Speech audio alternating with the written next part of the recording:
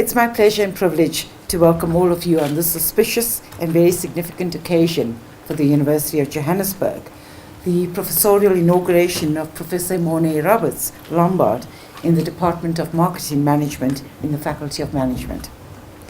In particular, I would like to welcome the family and close friends of Professor Mornay. It's a great pleasure to have all of you with us this evening. I would also like to welcome representatives of our sister universities in Gauteng, as well as far afield, and I'm sure that there are many from NMU, from Northwest University and Free State University as well.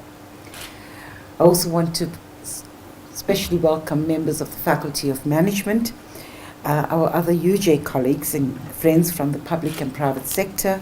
Once again, you're all most welcome.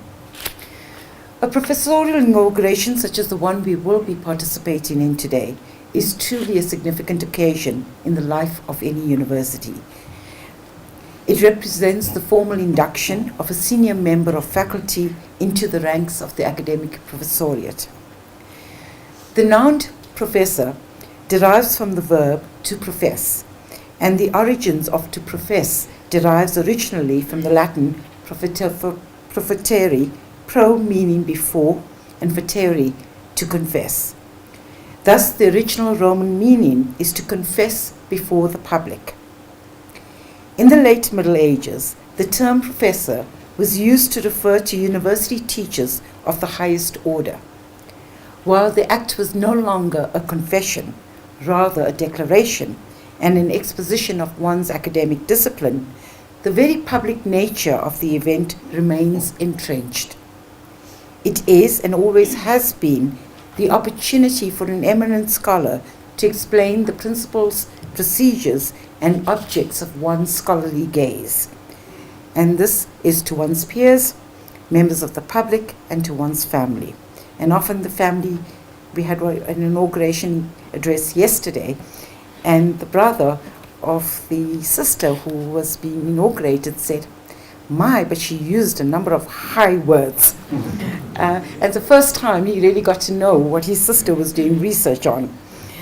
The act of professing was a prelude to the conferring of the title of professor, a title that's conferred upon very few and requires that one is famous for one's work, acknowledged amongst the universities in one's country and internationally as being preeminent also in one's field of inquiry. This elite group comprises the Senate, and because medieval universities were communities, the towns in which the universities were situated were essentially extensions of the university, providing civic services.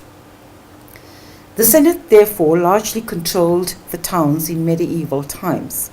Fortunately, modern-day professors do not have to function as city councillors. And there's more to the history of the professoriate. Professors frequently hold chairs in their disciplines. The medieval origins of the chair are Muslim in character, or Islamic in character. The Caliph himself would appoint a kursi or a chair in a university or madrasa. The appointment was normally for life, and the chair holder would literally sit in the chair surrounded by students. The kursi, like the professor, was highly esteemed, and for good reasons. Perhaps the most shining example of Islamic learning in Africa was the establishment of the University of Timbuktu in Mali in the 12th century. Many centuries ago, this seat of learning had 25,000 students from Africa and the Mediterranean. So from two distinct medieval university traditions, one steeped in Islam and the other steeped in Christianity, an outstanding academic elite was established. Ladies and gentlemen, the situation is no different today. As a leading institution of higher learning, the University of Johannesburg goes to great lengths to make professorial appointments that will ensure the stature and quality of the university is maintained for the next generation. Our professors are truly significant members of our university community. As members of Senate, they guide our decision-making around core academic affairs. They represent their disciplines both within and outside of the university, in academic contexts and in broader professional and social contexts. They offer academic leadership. They are responsible for nurturing young faculty and supporting them as they mature into the next generation of scholars. And they ensure that we offer our students a quality learning experience. All of this requires qualities that are in addition to the erudition we primarily associate with being a professor. It requires professors and academic leaders who also show a human face, who combine academic leadership with concern and care for their colleagues and their students. We all know that this is something in which Professor Mornay excels.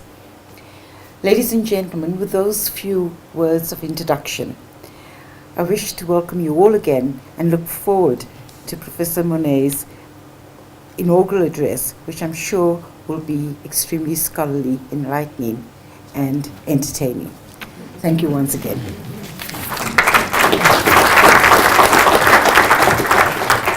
Deputy Vice-Chancellor Angelina Parek, honored guests, members of Mornay's family, his friends, his close ones, it is a good evening to you all. It is wonderful to have you with us tonight. And tonight is my honor to present my colleague, Mornay Lombard, Professor of Marketing Management in the Department of Marketing in the Faculty of Management. Now, Mornay started his career as a junior economist at the South African Land and Agricultural Bank in Pretoria in 1991, yesterday. The jacaranda trees, however, gave way for an academic career in the field of marketing management in Stellenbosch, with his postgraduate journey being concluded in 2006 with a PhD in business management, a specialization in marketing management conferred by Northwest University under the supervision of Professor Derek Steyn. This era, he fondly recalls, was pleasantly laced with Simonsberg, Merlot, and pumpkin soup. And I think part of your address tonight is about intangible value add, so I guess this is where it fits in. The earlier phases of his career played out at the University of Fort Hare, where Mornay was mentored and shaped by peers such as George Herbst, Ben Jordan, Chiliwe Maku, Harvey Klopper, Wale Fatoki, Norman Chilia, and Wellington Nzazayo, among many others. It was during his tenure as head of department at Fort Hare University that Mornay was introduced to Professors Mimi Struwig and Medell Tate, both of whom are here tonight. And we are very honored to have you here because you also play a role in some of the other functions of our faculty. Both are from the now in MMU, two individuals who have greatly inspired his academic career. Their collegial journey continues as they serve together on panels dedicated to ensure the success of masters and doctoral students countrywide and in our continent. Mornay joined UJ's Department of Marketing Management in 2007, where he now serves as Deputy HOD on the APK campus and is the Program Manager for all Masters and Doctoral Studies in the department. He lectures Customer Relationship Management for the BCom Honours students and Customer Management to the MCom degree students in the department. And may I add that he is rated among the best lecturers in the faculty based on his engaging nature and sharp sense of humour. And I can personally testify that I do experience this as well in faculty board meetings and any other engagement with senior leadership in the faculty. Mornay specializes in relationship marketing and services marketing, and his contribution centers on linking customer relationship management to internal marketing dynamics. He is a proponent of a holistic approach to driving competitiveness through the inclusion of leadership and empowerment dynamics. And this application is enriched and demonstrated in the context of change in the service industry. The further spin-off of his research and his approach is proposing possibilities to integrate tangible and intangible product design elements in customer attraction and retention. Now, in so doing, he has, and it seems to me as though this man has been quite busy over the last couple of years. He has published 55 articles in referee journals. He has delivered 75 conference papers at both local and international conferences. He has published 14 articles in trade journals. He achieved 4 Best Academic Paper Awards at international conferences. He is the editor and associate editor of 5 international and local journals. He has contributed to 15 academic books over the past 7 years, has successfully delivered 4 doctoral students and 13 master's students. He is currently supervising 8 students at both the master's and doctoral level. Mornay's international networking as a visiting lecturer took him to Brunel University and London School of Design and Engineering. Currently, he is a visiting professor to the Australian Institute of Higher Education in Sydney, Australia, and a visiting scholar to the University of Nottingham-Trent in the United Kingdom. He serves as an external moderator for numerous South African and international universities and evaluates articles on a regular basis for the European Business Review, Journal of Contemporary Management, South African Business Review, Akta Kumaki, International Journal of Business Economics, and the Journal of Economic and Financial Sciences. Quite busy. He is a popular speaker at South African industry conferences and has also participated at services marketing conferences hosted on the continent. So Mornay, please just listen carefully. I believe that Professor Parekh mentioned that tonight will be entertaining as well. And the way that I know you, you'll probably live up to the expectation. He serves on the Management Committee for the Global Business and Technology Association, the International Business Conference, and the Educational Board for the Marketing Association of South Africa. Now here comes the interesting part, because you see, as academics, we also have a life beyond work. Mornay loves his favorite pair of jeans, Madonna, Erasure, the Pet Shop Boys, and Enya. He is an unconverted 80s music fan and enjoys the theatre. He acknowledges as his greatest source of strength, inspiration and gratitude to the people closest to his heart. His family, Francois, Yapi, Chantal and Erica, and all his friends who have shared so many memorable moments with him throughout his life. And some of you are tonight, some are here in the spirit. But it doesn't matter. Nonetheless, these are people who have always believed in him, and I'd like to quote, are now stuck with him. In concluding, may I remind us of the wisdom of Margaret Lee Runbeck, who says that happiness is not a station you arrive at, but a manner of travelling. So, Madame DVC, honoured guests, ladies and gentlemen, I now invite Mornay to take centre stage, as he have done before, I believe, and share with us a theoretical conceptualization of trust and commitment as two pillar antecedents for customer relationship management. Mornay, over to you. So I love this moment. I love these eyes on me. I love to present this to you. I am not going to be boring, and I really hope that you will absorb this energy and enjoy it with me. I have, up to most of my work to this point, have focused on customer relationship management. And a student of mine that have really brought out this topic to the point where I really used a lot of his work for tonight's presentation because of the value it added, is that young gentleman sitting over there, Leon Duplessis. He was certainly one of the most wonderful master students I've ever had in my life, and especially on this topic.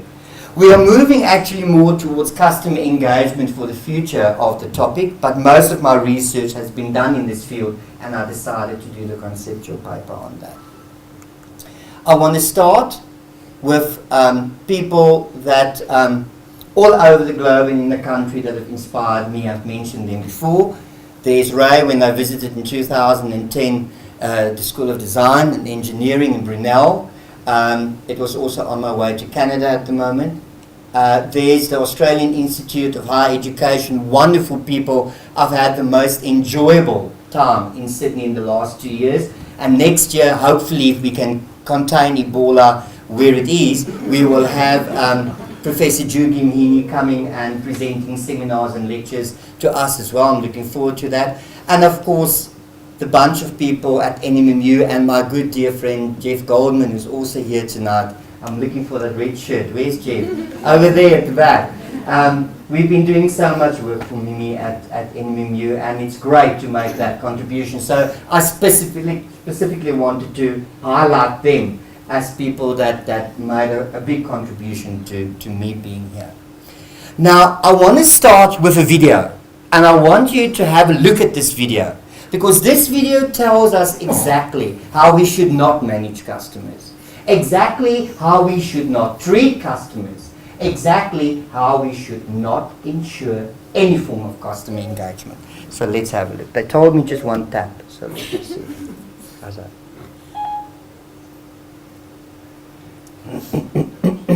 to say.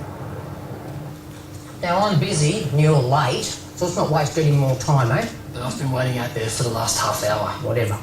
Listen, champ, you're a very valuable customer. Well, the reason I So I'm going to sign you up for something you haven't even asked for. can't do that. Already in the system. Well, I want to make a complaint. Not my department. How about I transfer you to an automated service that'll promise to get back to you? Then I want to speak to the manager. That'd be me. But I'm in a meeting. Barbara lives in our world, Go away. but we live in your world.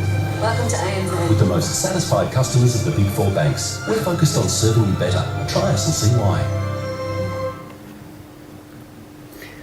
Now, ladies and gentlemen, from this video, we have to understand that that poor gentleman that we've just seen interacting with the lady will certainly not be a retained client. It will certainly not be a client that will spread any form of positive word of mouth, and it's certainly not a client that's managed in a very professional manner. And that's why my next slide indicates to us following. That happy customers results in long-term relationships. And considering that, the customer is the central focus of any customer management strategy. And the two key pillars that I will be focusing on tonight, because I couldn't focus on all of them, then you'll be sitting here for 2 hours, is trust and commitment. But things such as satisfaction, conviction, feeling and experience are also very pertinent in a customer management strategy. So let me give you a few words of wisdom from the founders of customer relationship management, Morgan and Hunt, in 1991. And Morgan and Hunt stated that one of the most salient factors in the effectiveness of our present complex social organization is the willingness of one or more individuals in the social unit to trust others. We can also identify with that in our personal life. The efficiency, adjustment, and even survival of any social group depends upon the presence or absence of such trust. And therefore, the aim of my presentation tonight is to provide insights into the role of trust and commitment as to antecedents when managing customers, and I specifically added in an ever-changing business environment, because we all know nothing is constant anymore. With social media, with globalization, with multiculturalism, things are changing at a very fast pace. The structure of the presentation is to provide an overview of the field of marketing, because I must keep in mind that the audience here tonight aren't all academics. So just to bring you from the broad scopus of marketing down to trust and commitment eventually. Then discuss customer orientation as a precursor to CRM, followed by a little bit of a perspective on what CRM is. That is followed by a theoretical argument that successful CRM requires relationship, commitment and trust. And then I'm going to end off with that wonderful, colourful model that I'm proposing. If you look at your booklet, I came up with that. I designed that. I initiated that. So that when you go back to your departments, to your programs, remember the factors that I've emphasized in that figure, so that you can use that in your relationship building initiatives. And also for the dean to take cognizance of that. Now, let's orientate you to the field of marketing a little bit. First of all, the customer in marketing is the central focal point. Central to everything. That is followed by the fact that if you want to make the customer central, there's got to be the promising of superior value. Because that's what differentiates an organization from another. And the marketing deals with customers. Therefore, if we want to manage profitable customers and providing them with superior value, we must understand that marketing is twofold. First of all, it is attracting new customers because there's constantly competitors coming in. But also growing your current customers, because that's where your profitability actually lies. Now, the domains of marketing are first services marketing, where my interest specifically lies also. There's branding. There is international marketing, which becomes more and more important because of globalization and this whole drive of moving into Africa as a new frontier from an economic perspective. e-commerce, with social media amongst others. Marketing research, you can't actually do any strategy design if you don't research your market, you all know that. And then finally, the focus of this presentation, relationship marketing. What a passionate field. What a wonderful field of investigation, because it's about relationship building. So let's have a look. In an article that was published by Morgan and Hunt in their seminal work in 1994, Gummison in 2000, and then from work of mine in my PhD in 2007 with Derek Stein, I came up with the following, and I proposed that relationship marketing is the broad field of focus tonight. Inside relationship marketing, we are zooming a little bit further into customer relationship management, because relationship marketing deals with suppliers, with the government, with customers, with all role players, not just customers. So CRM is inside relationship marketing as a niche segment. Then we follow further into the individual customer approach, because if you really want to manage a customer, you must know what goes on in his mind. And then, very importantly, is what we're going to get to tonight, trust and commitment. Now, an orientation towards the customer. What does customer orientation mean? What does it mean to you to think on behalf of the client if you manage and deal with the client? Now, Nazari and Divlokai and Sorki in 2012, also from the work of Rasnevich, Vignali and Vignali in 2002, emphasized the following. They said, organizations must recognize the importance of customer orientation. And to be able to do that, ladies and gentlemen, they must have a business culture. Because if you don't incorporate the customer into the business culture, then you're already starting to find yourself being challenged. Then, from there onwards, you will then eventually get the retention of the customer. So it's understanding what customer orientation means, building it into the business culture, ensuring that the two-way relationship incorporates the interests of the customer, and then you can ensure the retention of that customer in the long term. Now, what makes customer retention possible? Anybody would like to contribute? Would like to add what makes customer retention possible? Don't be shy. There's no wrong answers in this venue. Let's have a look. The principles of trust and commitment.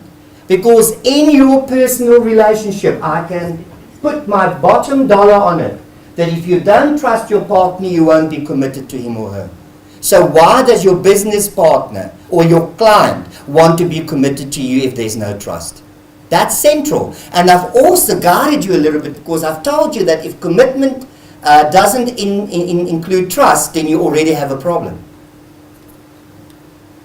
So McPherson in 2006 highlighted certain principles that secures retention. Now, I've really been very graphic and original in trying to create this for you tonight. That's a little flower. But to enhance the flower, I've added the interests of the customer. That should be first in any strategy to secure that your customer will come back. Secondly, it's the commitment to quality, because quality is a form of differentiation together with your service delivery. Number 3 is the provision of added value. That could be anything. That could be promotion, that could be service delivery, that could be technology enhancing your service delivery. Then we have willingness to retain customers, because if an organization doesn't share an interest in wanting to retain their customers, the strategy will not work. And then finally, professional management of customer relationships. Things such as how you train your staff, how you interact with your clients, how skilled your staff is, the environment in which you deliver the service. Those are very important aspects. Now, if we want to take all these aspects and move towards the management of the customer, then we need to consider the following. Now, here is something I'm proposing from my own research in 2011 and 2012. And you'll see a lot of my own work in this presentation, just to show you what I've done up to this point. That's Lauren, myself, and Leon. We came to the conclusion that if there are 3 phases in the whole management or orientation of the customer approach. You acquire your customer, you manage the relationship, and then you retain the customer. These 4 dimensions, components or aspects, whatever you want to call them, should actually be present in every one of those 3 phases. You can't have 3 of them present in 1 and only 2 and 3.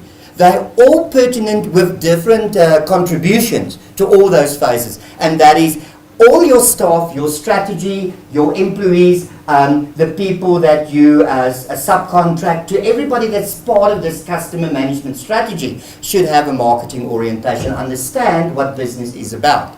Then there must be a central focus on the customer. That's very important. That's understanding what works with the customer. That could be research, that could be social media interaction, that could be word of mouth activities.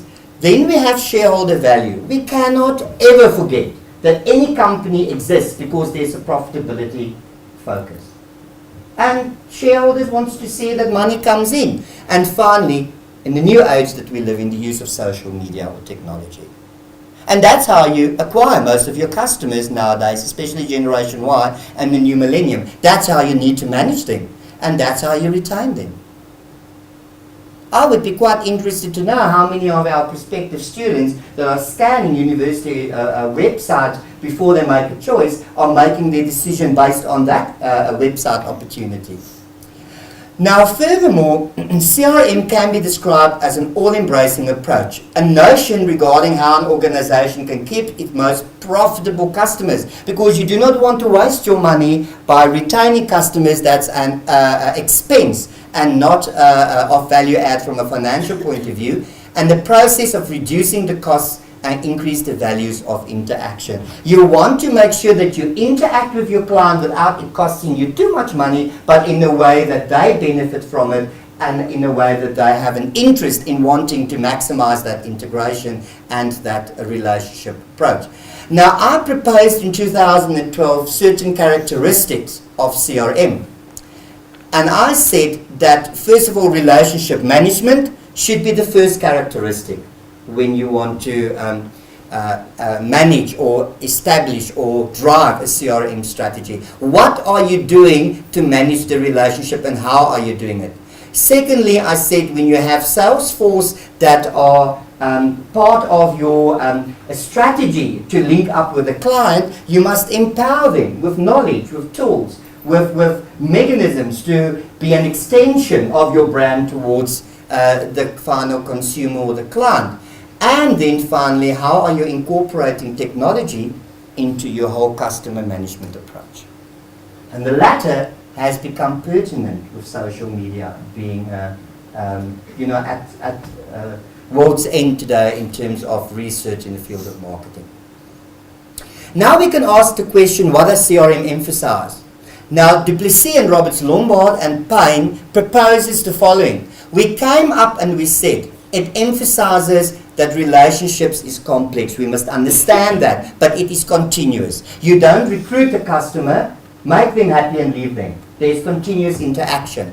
You've got to make sure that there is value to both the client and the organization. For the organization, it could be profit. For the client, it could be the overall experience. And then the utilization of information to make sure that there is fulfillment in the whole experience from the client. Now, the emphasis of CRM should be built in the strategic vision of the organization. The CRM strategy should be part of the broader perspective of where the organization is going in terms of their customer markets. There should be a response to and reflection of a rapidly changing market environment. You can't be an ostrich putting your head in the sand and not knowing how your competitors are evolving and how your market segment is changing. And therefore, it is advocated to position CRM in any organization in a broad context to secure a more customer-centric approach. Broad in terms of segmenting your market, and then within each segment, driving your CRM strategy. Now, in 2011, I came up with 3 dimensions that are pertinent to customer relationship management. And I don't want to come over to all of you as being clever, But these dimensions are my patent. This is what I came up with. This is from my research. The first is the activities to build long-term relationships with clients. The second dimension is to build customer loyalty, and there's a difference between the two. Because a person can have a long-term relationship, it doesn't mean they're loyal. And the third one is what to do in terms of research to improve that relationship building approach. Now let's have a look at each one of those individually. If you want to build long-term relationships with your students, whether postgrad or undergrad, whether your business clients, it's a person that buys for 2 or 3 times, or it's a person that's been with you for 4 years, you must understand individual attention is non-negotiable. Then you must know that individual product design becomes more and more pertinent. Toyota is an example of that. They've done that now for almost a decade. Then individualized customer knowledge in terms of product design is also very important in terms of building those long-term relationships. But if we want to make sure that those long-term relationships turns over into loyalty, then both partners must benefit from the relationship. It shouldn't be a one-partner benefit approach. Both the client and the organization must feel this trust and commitment. They want to be part of this relationship because they trust each other. Therefore, they're more committed. And customer retention should be the starting point for the organization. Recruiting new customers with the intention of retaining them, not just having them around. And if you want to do research on your clients, you should research their needs continuously. Your strategies for managing your customers should be built around those needs. Those needs could be in terms of your segments. It could be individualized needs depending on the profile of where your customer lies. And there should be regular customer satisfaction measurement. We are dealing with so much competition that satisfaction flowing from the whole concept of what makes the customer happy should drive the strategy of managing that customer further. Now, if we want to form long-term relationships with clients, we have to keep in mind the following, and this comes from Gronrus, who in 2003 delivered this seminal work. They said there's a movement from a transaction to a relationship-based approach. We're not just looking at making money with a once-off sale, we are building a relationship with the client. There is an aim to develop appropriate relationships with customers through the establishment of trust to create those long-term profits, because trust means they're coming back, and if they're coming back, they're buying again. If they're buying again, they're reinvesting their money into your company. And thirdly, this can be achieved by creating an opportunity for repurchase by the customer. Now, furthermore, customers will perceive that the organization is concerned with the customer's needs. Those are important aspects if you want to build a long-term relationship. Do the customer feel important and valued? Secondly, this in turn may lead to greater satisfaction, trust and commitment if they feel valued.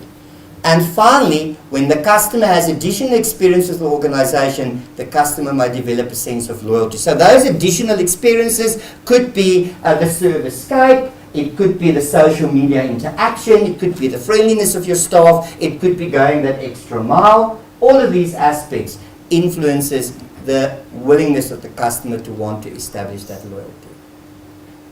Now, forming long-term relationships with customers is important by ensuring that the trust of the customer in the organization is demonstrated over time, and therefore securing a flow of commitment from that. Now, the trust commitment theory of customer relationship management tells us the following. It tells us that trust and commitment are two pertinent antecedents to CRM. And that was already argued in 1994 by Morgan and Hunt, Deshpande, Moorman and Zoutman in 1983, and Ndubisi in 2004. This isn't something that I've come up with, ladies and gentlemen. This is theoretical argument. This is sound basis of people, international renowned scholars, who have already argued that this in 1994 and onwards. And Morgan and Hunt, who did the seminal work, stipulated that trust and commitment are central to relationship marketing. They've indicated this. And I'm asking you, how can this be done? Are there any propositions that you want to propose to say how we can establish that trust and commitment in a long-term relationship? But let me guide you on that. Cooperate with your exchange partners. The same with your personal relationships. Cooperation means both parties are making decisions, and the organization is making the decision by building strategy. And how are they building strategy? By interacting with the customer, by doing research. Resist attractive short-term alternatives in favor of the expected long-term benefits. It's so easy as a client to want to say, I've got problems with this company, I'm leaving them, I'm going somewhere else, although they've been with the company for quite some time. But the short-term alternative might be that within a certain period of time you might come and be exposed to the same problems. And the same with companies wanting to make a quick buck. And finally, view potentially high-risk actions as being prudent because of the belief that their partners will both act opportunistically. If there's any sense of consideration, ladies and gentlemen, that a client or a supplier will act opportunistically, then trust will not be established and commitment will not flow. That is what I have proposed already since 2011. Now, Ty says both trust and commitment are present. They produce outcomes that promote efficiency, productivity, and effectiveness. They further carry on to say that, in short, this means trust and commitment lead directly to cooperative behaviors. Can you see the emphasis on both parties being part of this whole decision-making process? Cooperation. There's whole relationship approach to both parties at the end of the day, work as a team in terms of securing a final outcome. Now, in summary, what I am proposing, I'm quite proud of this, because this comes from my head. And I analysed this, and I sat with this, and the dean was so impressed because I said to him already by April, I finished this. And then I reread it, and then I rewrote it, and then I re-emphasised it. And I thought, gee whiz, Mornay. Such a brilliant mind. If they ever make a follow-up of that movie, I would like to play the leading role. Now, I came up with a new thought paradigm where I said, let's look at this a little bit more focused. Trust.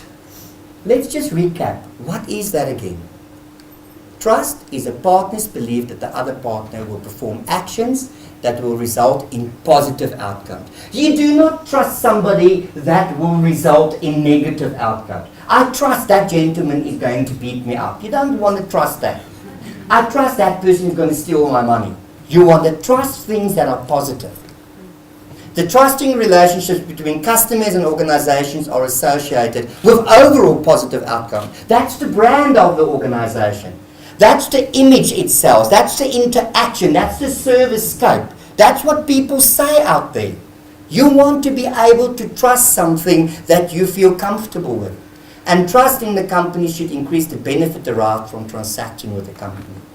We are transacting with a company because we want to be associated with the reputation, we want to be associated with the brand image, we want to get financial mileage out of it. That's what I'm proposing. That's why you trust it, because you believe it's going to work for your benefit. There's going to be a positive outcome.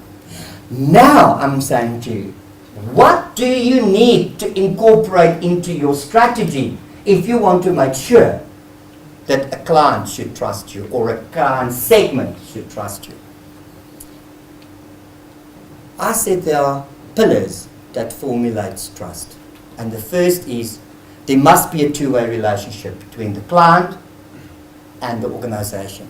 And the benefit of wanting to establish a relationship by one partner to another must be mutually to both. They want to establish this relationship. And that's what Duplessis proposed in his master's dissertation in 2010. Then there should be relationship dependence. Confidence of one party that the other party will act in its best interest.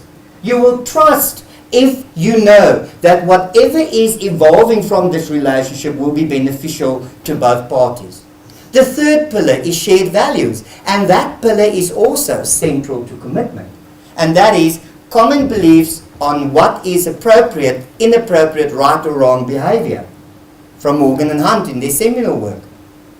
Organizational structure, from my work in 2010, recognition of customer orientation as a business culture. You cannot establish trust if your business culture doesn't make the customer the central focus. If you don't have that, you can forget it. And then finally, there must be confidence and security by both parties. Parties believe that the one party will act in the interest of the other, that the other party will be credible, and that the other party has the necessary expertise. Why is the Department of Marketing Management so good in delivering its master's degree students, recruiting masters and doctoral students? Why is it so good in terms of the quality of staff that it has? I'm going to tell you why. Because of the fact that we appoint credible people, that we have very good supervisors, and at the end of the day, we deliver on our promises. We never overpromise and underdeliver, because that's very bad for a strategy. So these are the 5 non-negotiables that Professor Roberts Lombard are proposing if you want to build trust into any management strategy. And with Jutta being here tonight, I hope you take notice of this, because it's very important in a highly competitive industry. Now, I want to finish off what Tronter, Blanche and Boshoff said in 2012. They said if an organization delivers on its promises, it becomes trusted by the customer. The customer will then be more likely to utilize the organization's services again because they receive what they were promised, as the customer knows what he or she can expect from the organization. Now, the second round is on commitment. And just to recoup a little bit, what is commitment? An essential ingredient for successful long-term relationships. I want to challenge all of you here tonight to say to me that you will become involved in a personal relationship if you know that there's limited commitment. Because commitment gives us security. You recruit new employees. I would like to go for an interview saying to the dean, I have no interest of being here for longer than 3 months. My idea is to be here for 2 weeks. And here, if the dean is positive about appointing that potential candidate. So commitment to what you want to offer is very important. It arises from trust. It flows from trust. So you can't really just have commitment on its own. Shared values, which is central to both trust and commitment, you see, and the belief that partners will be difficult to replace. Value the partner.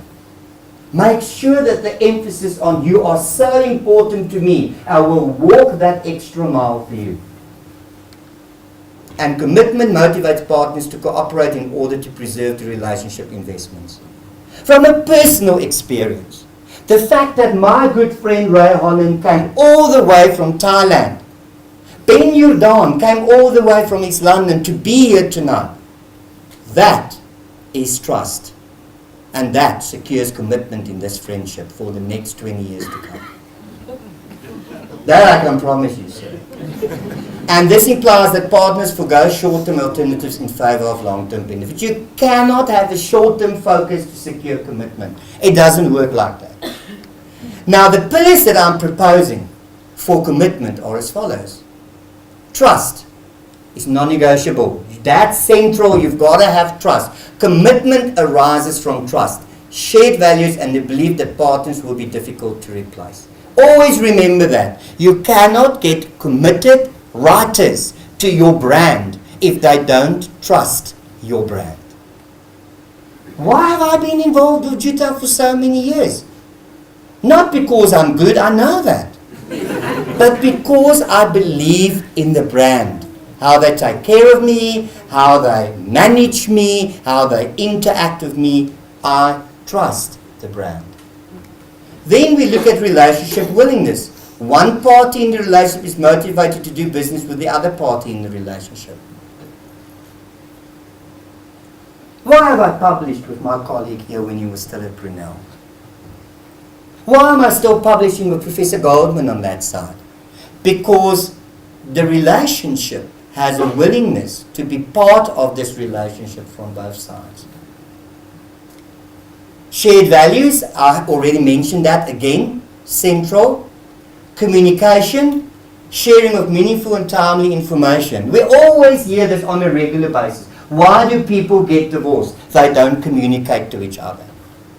So how many times have we lodged a complaint How many times have we phoned in, we were angry, we walk into walk-in centres and we create a scene, and we walk out and we don't feel that people take cognizance of our angriness. Communication, very important. And then, to be quite frank, if somebody doesn't add any value to your relationship as a business-client relationship, there's no money coming in, then terminate. Because if you have 20 Rand in a Standard Bank account, and Standard Bank actually, it's costing them 22 Rand to manage that account, they're really not wise to keep that relationship open. So these are the 5 pillars to secure long-term commitment. And as Reid said, customers will make commitments only to trustworthy partners because commitment entails vulnerability and leaves them open to opportunism.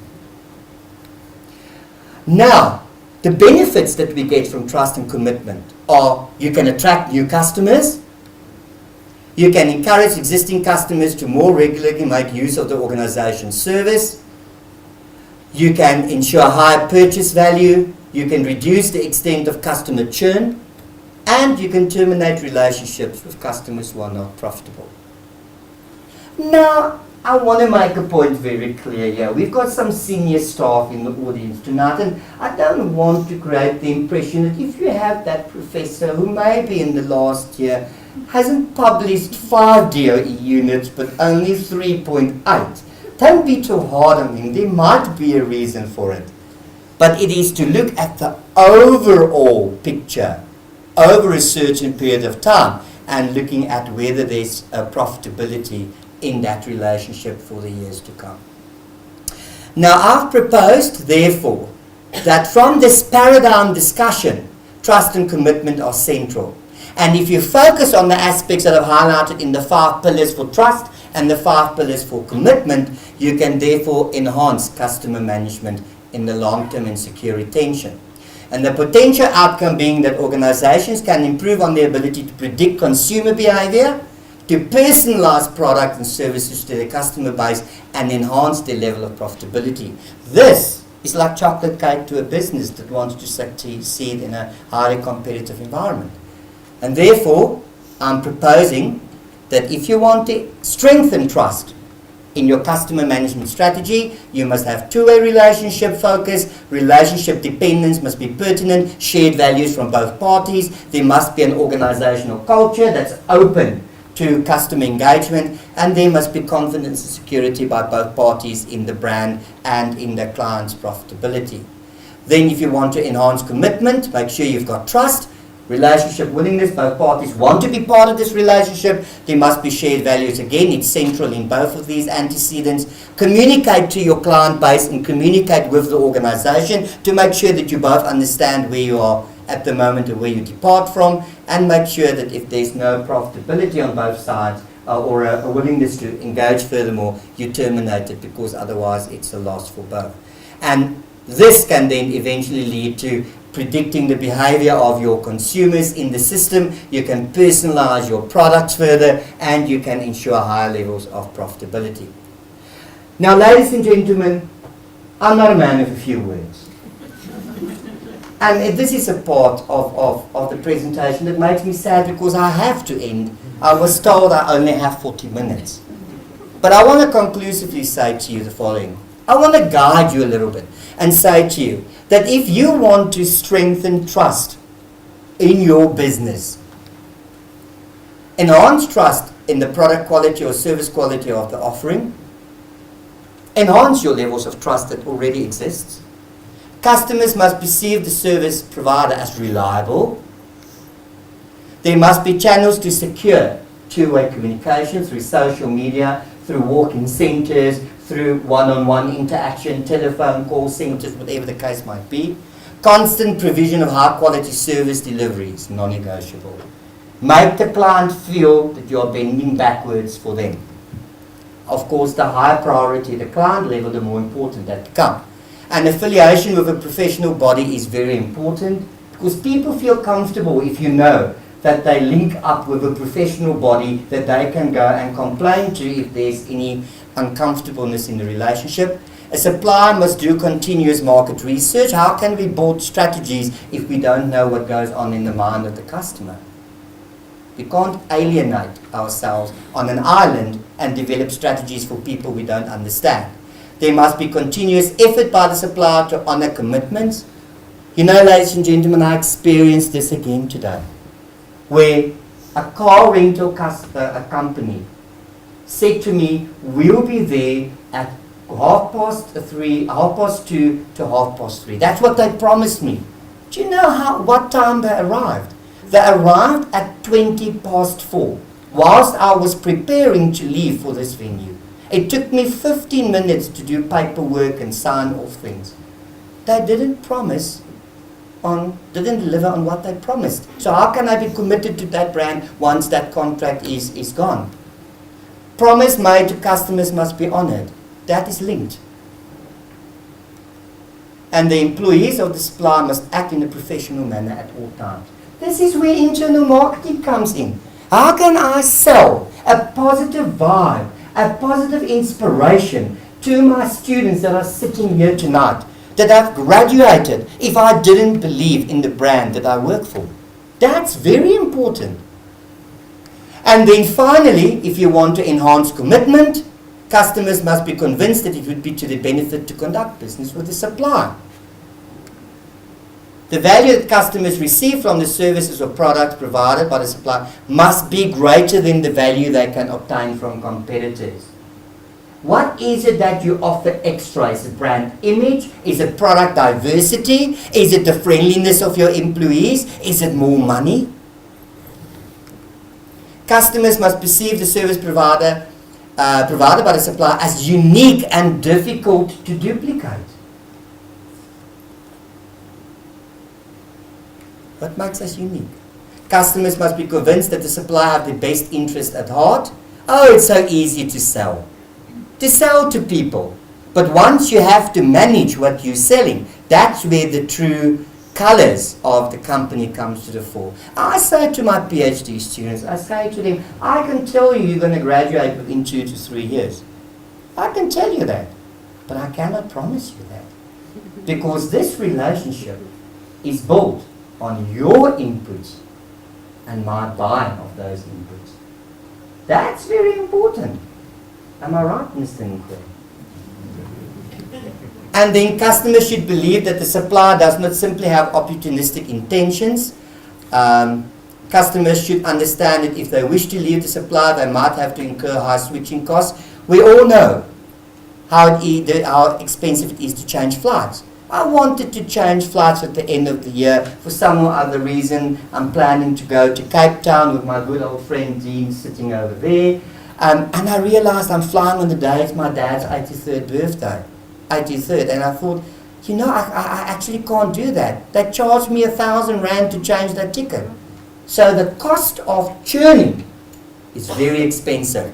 So keep in mind that that's also something that you must keep in mind, that sometimes you have to be hard on your customers to strengthen the commitment.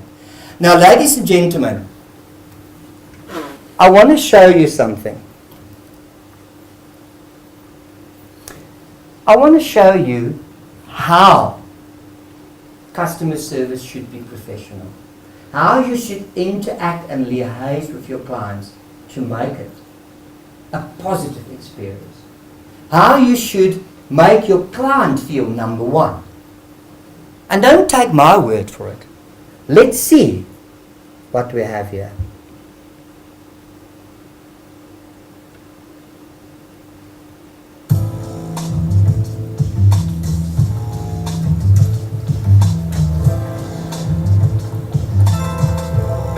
Good morning. Welcome to the Transnational Hotel. What can I do for you? Good morning. My name is Tom Sanders. I have a reservation for a single room for 3 nights. All right, Mr. Sanders, let me pull up your reservation. I can't seem to find a record of your booking. Did you book the room directly through us, or do you use a hotel reservation service or a travel agent? Well, I booked it directly through you. I've already also paid a deposit on the first night. I have a reservation number if that helps. Yeah, sure. Can I see that, please? Thank you. Oh, I see. Maybe there was a glitch with the booking system.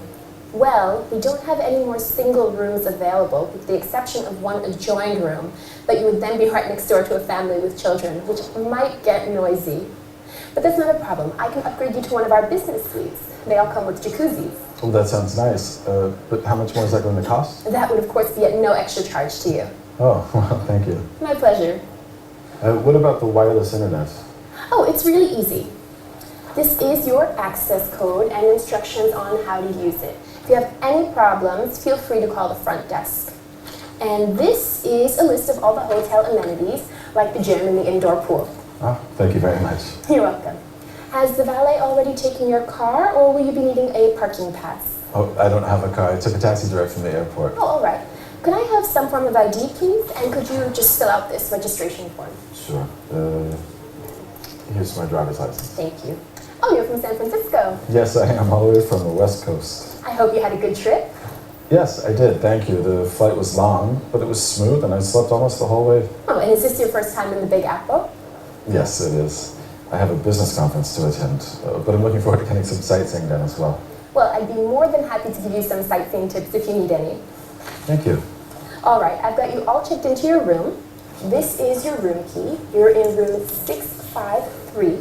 Just take the elevator on the right up to the 6th floor. When you get off the elevator, turn right. Your room is at the end of the corridor on the left-hand side. Just leave your suitcase here and the bellboy will bring it up. Great. Well, thank you very much. If you need anything, please feel free to dial the front desk. Enjoy your stay. Thank you. You're welcome. Ladies and gentlemen, that is how you manage your customer. I thank you very much.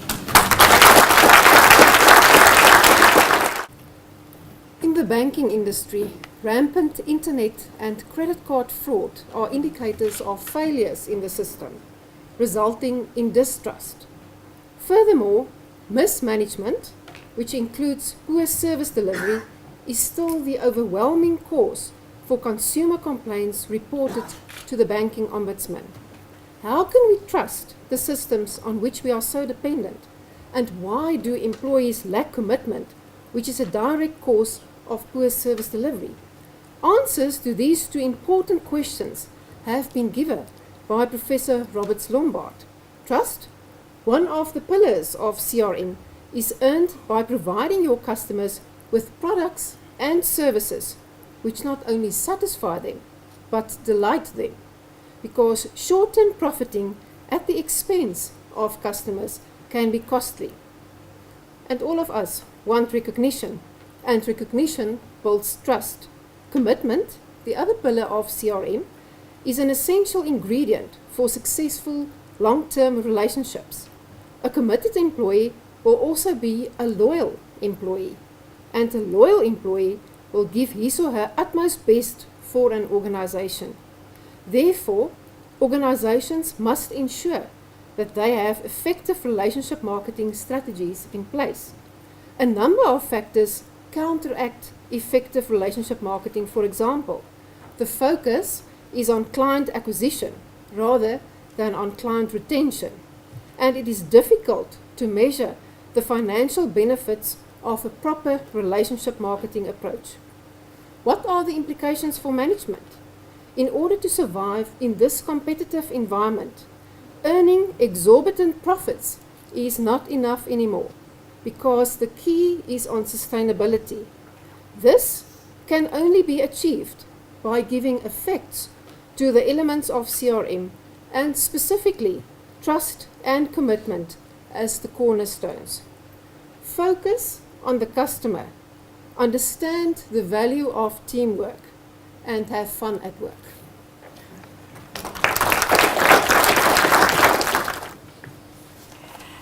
Ladies and gentlemen, I'm sure you'll agree with me that that was indeed a very entertaining inaugural address.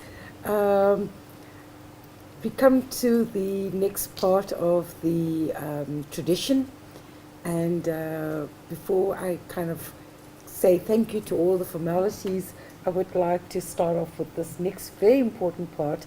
We made Professor Lombard, Robert Lombard, Mornay, sing for his professorship, but now he has to also dress the part. So we now have the formal gowning of Professor Mornay. It's going to be helped by Professor Mornay. We trust that this will be your ultimate experience, Mornay.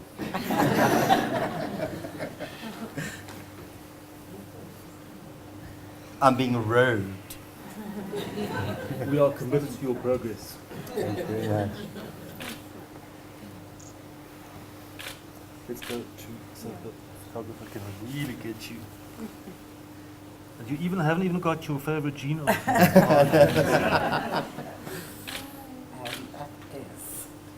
Ladies and gentlemen, a warm round of applause for Professor Mornay.